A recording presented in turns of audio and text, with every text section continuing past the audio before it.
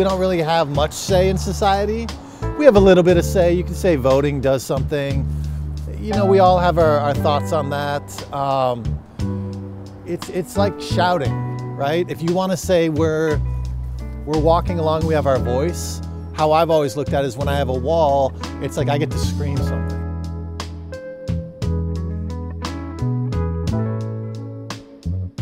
When a graffiti writer starts to make their mark, to me, they're kind of saying, like, you've imposed this visual landscape on us and we're gonna stake a claim in it. And that divides people, and that people think it's ugly. Our tagline is the fight of urban blight.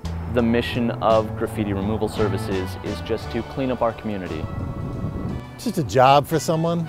They're out there making probably more than the people are that are painting to do that work. So I mean,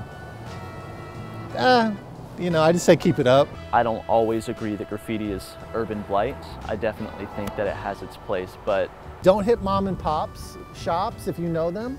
Choose selectively who you're bombing if you choose the exact same way that you spend your money.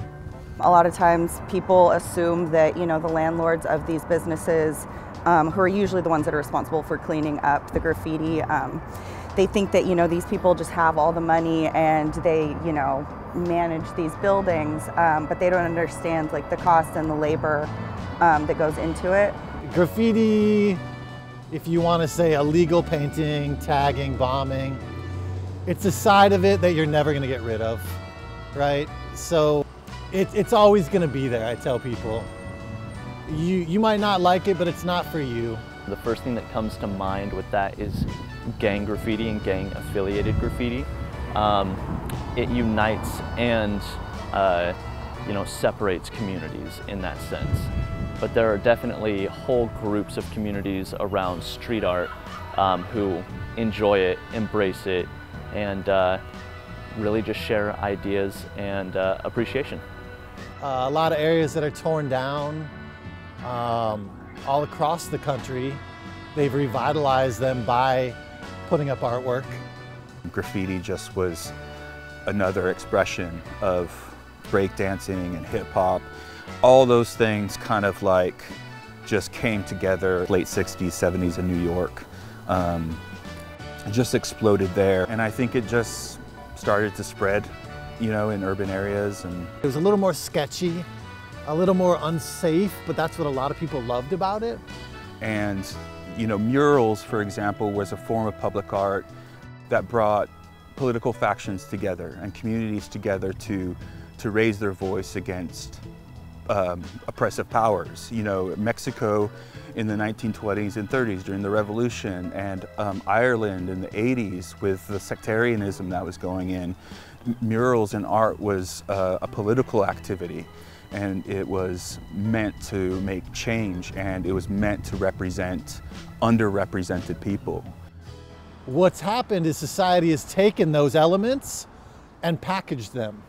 They've put it on the back of your kid's jeans. They put it on your cereal box. They've taken it to make a cool shirt that's written in quote graffiti, right? We want to make it so it's a safe thing, but it shouldn't be.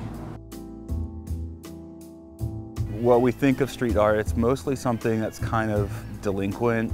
It's an act of disobedience. In different types of art, it's either individually created or it's by a group or committee, and I think they both have value. In a public space such as the street, it's important that at least the local community has some say in it, but there's definitely people with their own like private property where you talk about things like a mural on their wall, like they can decide what they want to put on it. So it's kind of like, depends on where you're talking about and what spaces are the art is being placed in. If you were to put up a mural and you didn't ask the owner if you could do it, you know, that's graffiti. We have to take that down. But there is a world where all of that can exist. I think that the stigma around Portland is a lot different than other cities because we do have such a cultural appreciation of art. I love all the art in Portland. I mean, it's just fascinating. Portland really is weird and very, very arty. Yeah. With the acceptance of it is a lot of times organizations like Regional Arts and Council Committee in our city will definitely censor your imagery and tell you to switch it if it's getting complaints or if it's a little too risque for them. And those people, those gatekeepers, are not good representations of the culture and the people and the communities that have to look at that type of work. I think that there is a difference between graffiti and legal art in consent, because graffiti is definitely a style of art. Tagging and vandalism is just that art style without consent. I think right now we're kind of at an interesting precipice too, where people are starting to talk about it a lot more, which creates like more of a conversation and a debate. I think that it just kind of depends on how and where and what the graffiti is. The hard part for me is just when the tags go up arbitrarily and seem to just be for disrespect and property damage purposes. When people tag on a wall, it's part of the game. I got to that point where I was like, you know what? You just go out and cover it up. It really doesn't matter. It's really emotional when your business gets tagged too, because a lot of times like you show up for work and you're not expecting to have to deal with this problem today, and sometimes, you know, the businesses can't afford to either replace the sign that got tagged or it takes a dent out of their monthly budget to get it covered and cleaned. I know that graffiti tagging is a form of therapy for a lot of people, for a lot of artists who are just seeking to kind of express themselves. This neighborhood, the Central East Side and the Portland Street Art Alliance has done a really good job at helping graffiti and legal art coexist together and uniting the artists. And, you know, Portland itself is really unique too, because I think that the people who live here have a lot more of appreciation for art, especially street art. It brings color to the community. It brings people together in the way that they can view it and have a reaction to it and a response to it. I think the public art is wonderful. Yeah. And it does bring people together. All of these people who have stopped at the house, you know, I would never have met them and communicated with them if not for the sign. The phrase here that you see comes from this poem by T.S. Eliot, which was about the passage of time and the passage of time being in a relationship. I kind of took the vernacular of street signs and replicated it with this phrase to put something outside and to kind of, like I've been talking about graffiti, is just to claim this space as the still point of the turning world. So it's kind of also offering this neighborhood geographical significance. So I've had people come up to the door to ask me about it. So, you know, that's made my life kind of interesting. It's important that the community can come together and have agency in their space. I personally feel that the murals impact the community more than the community impacts the murals. I'd sit in the dining room at my computer and all of a sudden a car would slam on its brakes and I would think, oh my God, what happened?